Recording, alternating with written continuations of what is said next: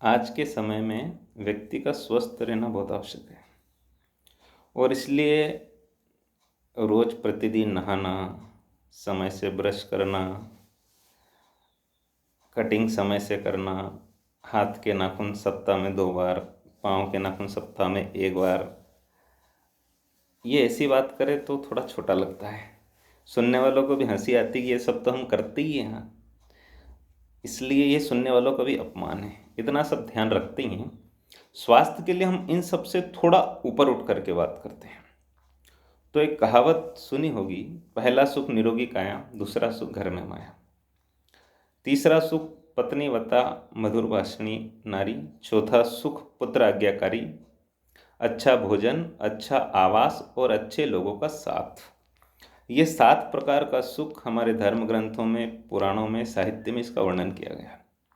अभी 6 सुख को अलग रखते हैं हम। जो पहला शब्द लिखा है, पहला सुख निरोगी काया, अर्थात यदि शरीर स्वस्थ है तो फिर सब कुछ ठीक है। और शायद इसीलिए इंग्लिश में एक कहावत बनी है, a sound body live in a sound mind, अर्थात जो मन से स्वस्थ होगा वो जो शरीर से स्वस्थ होगा मन से भी स्वस्थ होगा। इसलिए स्वास्थ्य के संबंध में बहुत बड़ा नहीं, मुख्य रूप से 5-7 बातों का अगर हमने ध्यान रख लिया तो जीवन में कभी हमको अस्पताल जाने की आवश्यकता नहीं लगती। और उसका पहला जो पड़ाव है, पहला जो काम है, वो ये है कि सुबह जल्दी उठना। प्रातः काल उठ के रघुनाथा, मात पिता गुरु नावई माता। भगवान राम भी यही काम करते थे, जल्दी उठते थे। मालवा में कहावत बोलते लोग, चतरा आदमी 4 बजे उठता है। इसका मतलब ये कि जल्दी उठना चाहिए।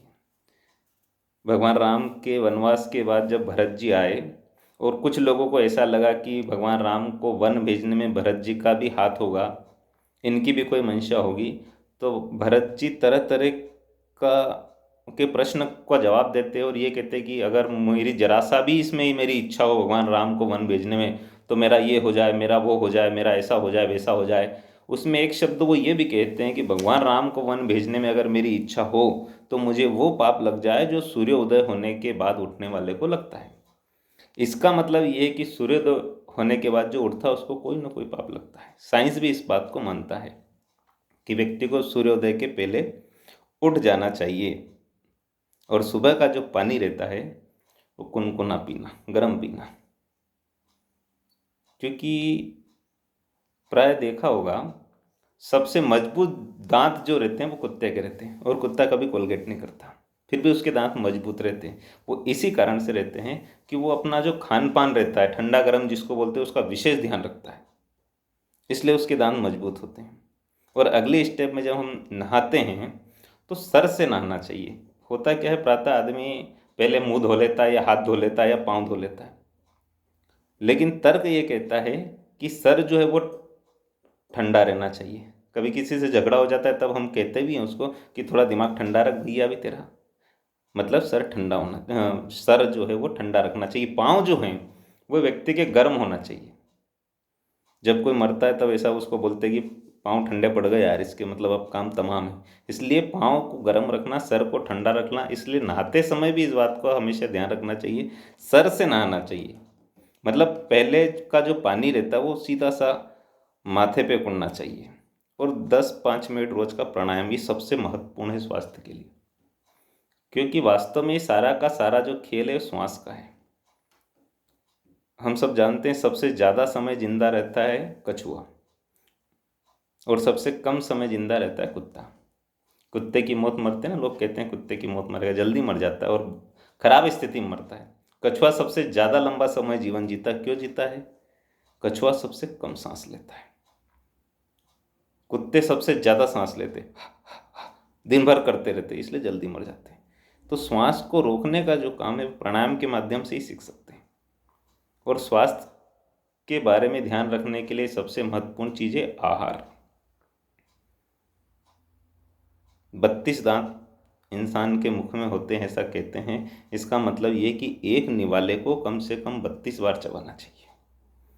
लोग तो ऐसा कहते हैं कि पानी को खाना चाहिए और अन्न को जो है वो पीना चाहिए। इसका मतलब है कि जितना बारीक महीन कर सकते हैं उसको करना चाहिए।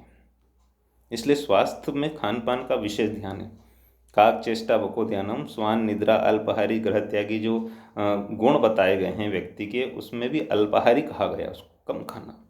कम खाना और गम खाना, ऐसा कहते थे लोग। देखो भालो तको मत, बोलो चालो बको मत, और खाओ पियो ठुसो मत।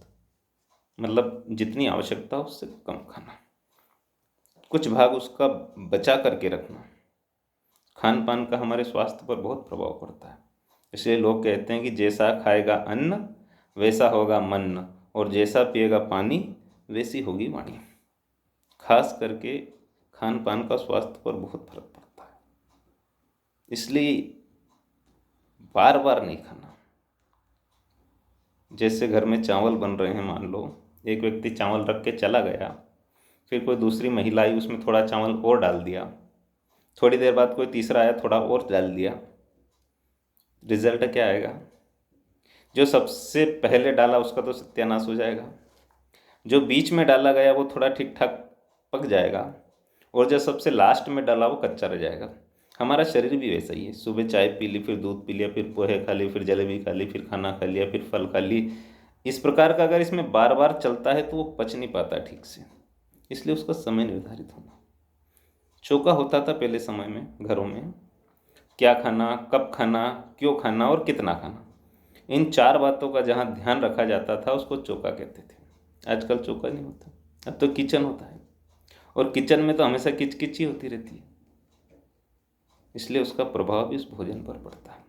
महानगरों में तो ज़्यादातर महिलाएं क्या करती कि वो कान में हैंड फ्री लगा लेते हैं, गाना सुनते हुए भोजन बनता है, और जैसा गाना सुना जाता है, जैसे गुण उसमें आते हैं, वैसे के वैसे गुण उस भोजन में चले जाते हैं, और भोजन से जो उस भोजन को खाता है उसके अंदर चले जाते हैं।